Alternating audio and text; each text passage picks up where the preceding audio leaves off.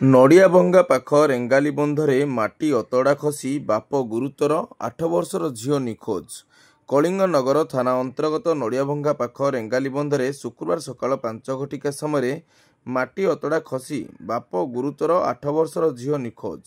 ସୂଚନା ମୁତାବକ ସ୍ଥାନୀୟ ବାଉଁଶନାଡ଼ି ଗ୍ରାମର ଈଶ୍ୱର ତିରିଆ ତାଙ୍କ 8 ବର୍ଷର ଝିଅକୁ ନେଇ ସ୍ଥାନୀୟ ରେଙ୍ଗାଲି ବନ୍ଧ କଡ଼କୁ ଶୌଚ ପାଇଁ ଯାଇଥିବା ବେଳେ ଖୋଳାଯାଇଥିବା ରେଙ୍ଗାଲି ମାଟି ଅତଡ଼ା ତାଙ୍କ 2 ଜଣଙ୍କ ଉପରେ ଖସି ପଡ଼ିଥିଲା।